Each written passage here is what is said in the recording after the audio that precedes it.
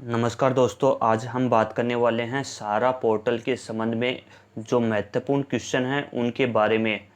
यह बहुत ज़रूरी है जानना आपके लिए दोस्तों। चलो हम शुरू करते हैं। अक्सर यह क्वेश्चन पूछे जाते हैं दोस्तों, सीआरएस सारा रिफंड पोर्टल क्या है। सीआरएस सारा रिफंड पोर्टल एक ऑनलाइन प्लेटफॉर्म है जिसको माननीय उच्च न्यायालय ने 29 मार्च 2023 को निर्देशित किया था, जिसके संबंध में जमाकर्ताओं का रिफंड प्राप्त करने के लिए एक पोर्टल है दोस्तों। दूसरा पॉइंट क्या है, क्या सीआरएस सहारा रिफंड पोर्टल सुरक्षित है। तो यह बिल्कुल सुरक्षित है दोस्तों, क्योंकि यह एक सरकारी वेबसाइट है, एकदम सुरक्षित है। आप यहां पर आवेदन कर सकते हो। तीसरा पॉइंट है, सीआरएस सहारा रिफंड पोर्टल के माध्यम से रिफंड के लिए कौन पात्र हैं। दोस्तों, जो 4 कंपनियों में जिसने इन्वेस्टमेंट किया है वह इसके लिए पात्र हैं सारा रिफंड करने के लिए। तो पहला है हमारा India credit cooperative society limited Calcutta में जिसका अकाउंट है। दूसरा B Sahara credit cooperative society limited Lucknow में है। तीसरा C Saharayn universal multipurpose society limited दोस्तों। चौथा है D stars multipurpose cooperative society limited Hyderabad. इन चारों कंपनी का नाम आपके बॉन्ड पे मिलेगा सारा के। इनमें यदि नाम है आपका तो आप यहां पर अप्लाई कर सकते हो दोस्तों। फोर्थ पॉइंट है, सीआरएस सारा रिफंड पोर्टल पर दायर करने के लिए पात्रता क्या है, कि इसमें हम कब दावा कर सकते हैं। दोस्तों, इसमें क्या है कि 22 मार्च 2022 से पहले यदि आपने इन तीनों सोसाइटी में पैसा लगाया है तो आप इसमें अप्लाई कर सकते हो। और 29 मार्च 2023 के पहले आपने star multipurpose cooperative society limited Hyderabad में पैसा लगाया है तो आप यहां पर अप्लाई कर सकते हो दोस्तों। पांचवा पॉइंट क्या है, क्या दावा प्रपत्र दाखिल करने के लिए कोई शुल्क लगेगा। तो यहाँ पर मैं बताना चाहता हूँ कि आपको आवेदन का कोई भी शुल्क नहीं देना है, लेकिन आप जहाँ पर फॉर्म भराते हो यदि खुद भरते हो तो पैसा नहीं लगेगा। यदि आप किसी व्यक्ति के पास भरवाते हो तो वह अपने सर्विस चार्ज के रूप में कुछ पैसा ले सकता है दोस्तों। सिक्स पॉइंट है, सीआरसी है सारा रिफंड पोर्टल पर पंजीकरण करने के चरण क्या हैं। दोस्तों, इसके बारे में संपूर्ण प्रक्रिया मेरे द्वारा वीडियो में बता दी गई है और वो आप वहां पर देख सकते हो।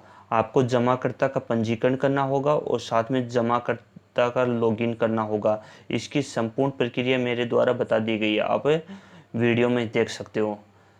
सातवां नंबर का पॉइंट है, जमाकर्ता को दावा अनुरोध प्रपत्र आवेदन के साथ क्या क्या विवरण देने की आवश्यकता है। तो जमाकर्ता के पास बॉन्ड होना चाहिए, उसमें सदस्यता संख्या लिखी होनी चाहिए, जमा खाता संख्या होना चाहिए और साथ में आधार से जुड़ा हुआ मोबाइल नंबर होना चाहिए। यदि आपकी राशि 50,000 रुपये से अधिक है तो आपके पास पैन कार्ड भी होना आवश्यक है। यदि कुल दावा राशि 50,000 रुपये से ऊपर हो तो आपको पैन कार्ड अनिवार्य रूप से लगेगा, यह बात इसमें कही गई है। 9 नंबर का पॉइंट है, यदि मेरे पास पैन कार्ड नहीं हो तो क्या होगा। यदि आपकी राशि 50,000 रुपये से अधिक है तो आपको पैन कार्ड बनाना होगा। आजकल 2 घंटे में पैन कार्ड बन जाता है दोस्तों, यदि आधार से मोबाइल लिंक है तो। 10 का नंबर का क्या पॉइंट है, क्या आधार से जुड़ा मोबाइल नंबर और बैंक खाता अनिवार्य है। यह बात भी आपको अनिवार्य रूप से ध्यान रखनी है कि आपका आधार नंबर से बैंक खाता जुड़ा होना चाहिए। यदि नहीं जुड़ा हुआ है तो आप बैंक में जाके अपना आधार नंबर रजिस्टर्ड करवा सकते हो वहाँ से। आधार को मोबाइल नंबर से लिंक कैसे करें। तो इसमें क्या है कि आपको अपने निकटतम आधार सेवा केंद्र पर जाना होगा, वहाँ से आप लिंक कर सकते हो दोस्तों। ये सभी पॉइंट काफ़ी इम्पोर्टेंट है और यह वीडियो देखने के बाद में आपके संबंध में कोई भी सुझाव हो या कोई क्वेश्चन हो तो आप पूछ सकते हो दोस्तों। 12 नंबर का पॉइंट है, यदि किसी जमाकर्ता के पास आधार से जुड़ा बैंक खाता नहीं है तो वह दावा के लिए कैसे अनुरोध कर सकता है। तो वह अनुरोध तो नहीं कर सकता, लेकिन वो आधार बैंक में जुड़वा के कार्य कर सकता है दोस्तों। आधार से जुड़ा बैंक खाता क्या है, तो यह मेरे द्वारा बता दिया गया है कि आधार से जुड़ा बैंक खाता वही है कि आपका आधार से बैंक खाता लिंक होना चाहिए, वो है आप करवा सकते हो। बैंक खाते के साथ आधार शेडिंग की जांच कैसे करें। दोस्तों यह आप बैंक में जाके भी पूछ सकते हो, या फिर यह वेबसाइट है जो यूआईडीआई की वेबसाइट है, इसमें बैंक मेपर पे जाकर आप देख सकते हो आपका बैंक खाता आधार से लिंक है कि नहीं है।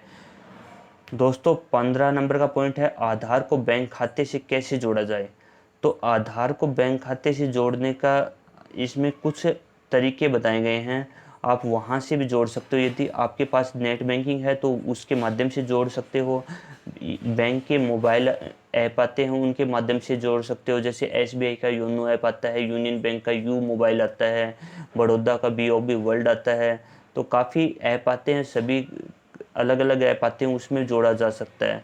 बैंक में जाकर भी आप जोड़ सकते हो, बैंक के एटीएम के माध्यम से भी जोड़ सकते हो, आप एसएमएस के माध्यम से भी आप जोड़ सकते हो, फ़ोन बैंकिंग के माध्यम से भी जोड़ सकते हो।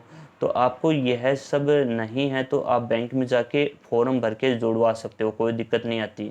क्या जमाकर्ता की आधार जानकारी पोर्टल पर संग्रहित की जाएगी। तो यह जानकारी आधार की नहीं संग्रहित की जाएगी, यह यूआईडीआई के मापदंड से आधारित है। दोस्तों हम आधार से ओटीपी जनरेट करते हैं तो ऑटोमेटिक हमारा फॉर्म में नाम पता सब खुल जाता है, फॉर्म में अपन देखते हैं। तो दोस्तों 17 नंबर का पॉइंट है दावा प्रस्तुत करने के लिए कौन से दस्तावेज संलग्न करने होंगे। तो आपको क्या करना होगा, जमा प्रमाण पत्र होना चाहिए आपके पास और दावा अनुरोध प्रपत्र होना चाहिए। तो जमा प्रमाण पत्र तो क्या होता है कि आपको जो बॉन्ड होता है उस पे मिल जाता है, और दावा अनुरोध प्रपत्र ऑटोमेटिक जनरेट होता है। और यदि आपके पास पैन कार्ड होता है तो 50,000 रुपये से ऊपर की अमाउंट के लिए आवश्यक होता है, और नीचे की अमाउंट के लिए पैन कार्ड ज़रूरी नहीं है। दोस्तों 18 नंबर का पॉइंट है क्या जमाकर्ता किसी भी फाइल प्रारूप में दस्तावेज अपलोड कर सकता है। तो यहाँ पर आप 200 KB की फाइल में अपलोड कर सकते हो बॉन्ड को, और बाकी को आप जेपीजी में अपलोड कर सकते हो, उसमें कोई दिक्कत नहीं है। आपको 19 नंबर का पॉइंट है क्या जमाकर्ता को एक ही दावा प्रपत्र में सभी जमाओं का विवरण प्रदान करने की आवश्यकता है। तो दोस्तों यह इम्पोर्टेंट पॉइंट है कि आपको सभी सारा की जो सोसाइटी होती हैं उनका सभी विवरण एक साथ एक ही फॉर्म में अपलोड करना होगा, और उसके बाद में आप दावा नहीं कर सकते हो। इसलिए फॉर्म भरने से पहले आपको यहाँ पर यह ध्यान देना होगा कि आपको कौन कौन से सोसाइटी में आपका पैसा लगा हुआ है। आप वहाँ पर सीधा का सीधा पोर्टल पे सारी बातें डिटेल्स के साथ फिलअप कर देना। दोस्तों 20 का पॉइंट है यदि किसी जमाकर्ता के पास एक से अधिक जमा खाते हैं तो उसे क्या करना चाहिए। यदि जमाकर्ता के पास कई जमा खाते हैं तो जमाकर्ताओं को उन सभी के लिए एक ही दावा आवेदन पत्र भरना होगा। हालांकि जमाकर्ताओं को प्रत्येक खाते के लिए मूल जमा प्रमाण पत्र ये मैंने बता दिया है, यदि आपके पास ज़्यादा बॉन्ड है तो आपको एक ही दावा प्रपत्र भरना होगा। 21 नंबर का पॉइंट है क्या जमाकर्ताओं द्वारा प्रस्तुत किए गए दस्तावेज सत्यापित किए जाएंगे।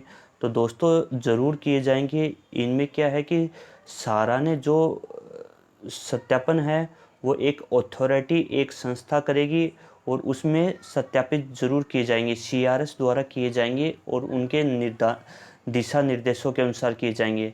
इसलिए संपूर्ण सूचनाएं ऑथेंटिक तरीके से भरें यहाँ पे। 22 का पॉइंट है क्या जमाकर्ता दावा प्रपत्र जमा करने के बाद और दावे जोड़ सकता है। तो बिल्कुल भी नहीं जोड़ सकता है, यहाँ पर यह बात ध्यान में रखना दोस्तों। 23 नंबर का पॉइंट है दावा किए गए डाटा को सत्यापित करने के बाद जमाकर्ता को क्या करना होगा। आप जब प्रिंट ले लेते हो तो उसमें एक नंबर आएगा, आप उसको ध्यान में रखना दोस्तों, और उसका प्रिंट ले लेना अपना। 24 पॉइंट है जमाकर्ता को कैसे पता चलेगा कि दावा प्रस्तुत करना सफल रहा।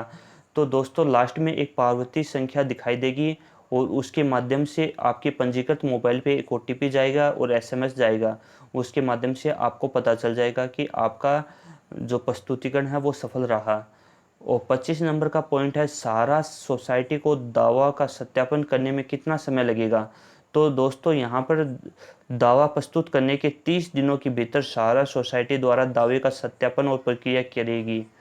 26 पॉइंट है सारा सोसाइटी द्वारा सत्यापन के बाद जमाकर्ता के दावे पर कौन कार्रवाई करेगा। तो सारा सोसाइटी द्वारा सत्यापन के बाद अधिकृत सत्यापनकर्ता अगले 15 दिनों में कार्रवाई किएगा और यहाँ पर 45 दिनों का टाइम दिया गया है, वहाँ पर आपको पेमेंट मिलने की पूरी गारंटी दी गई है। 27 पॉइंट है, जमाकर्ता को कैसे पता चलेगा कि दावा अनुरोध स्वीकृत है या नहीं।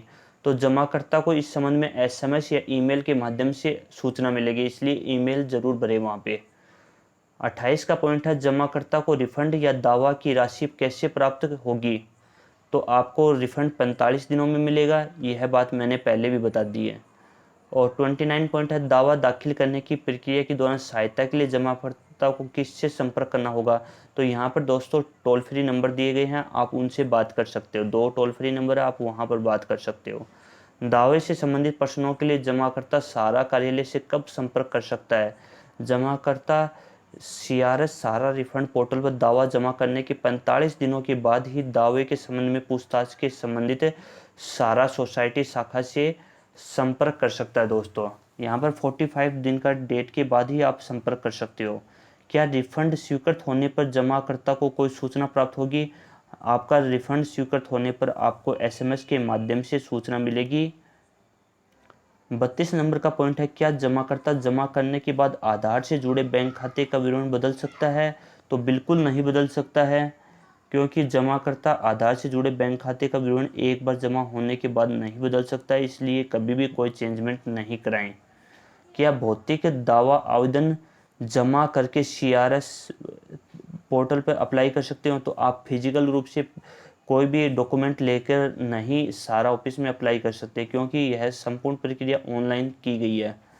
और 34 पॉइंट है, एक बार पावती संख्या प्राप्त हो जाने पर पोर्टल में जानकारी में आप अपडेट कर सकते हो। तो बिल्कुल नहीं कर सकते, क्योंकि एक बार जो पावती संख्या प्राप्त हो जाती है उसके बाद में एडिटिंग की सुविधा नहीं है।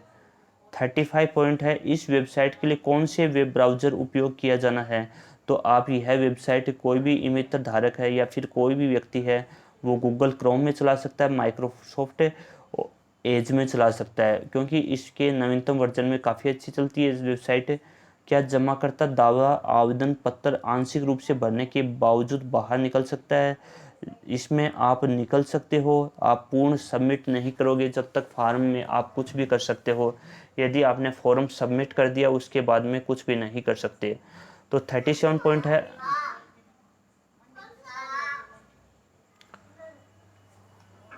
आप अपलोड करने वाले दस्तावेज किस प्रकार अपलोड कर सकते हो। तो 200 KB के अंदर आप बॉन्ड को 200 KB में अपलोड कर सकते हो। साथ में आप निष्पादित दावा आवेदन पत्र 2 MB में अपलोड कर सकते हो।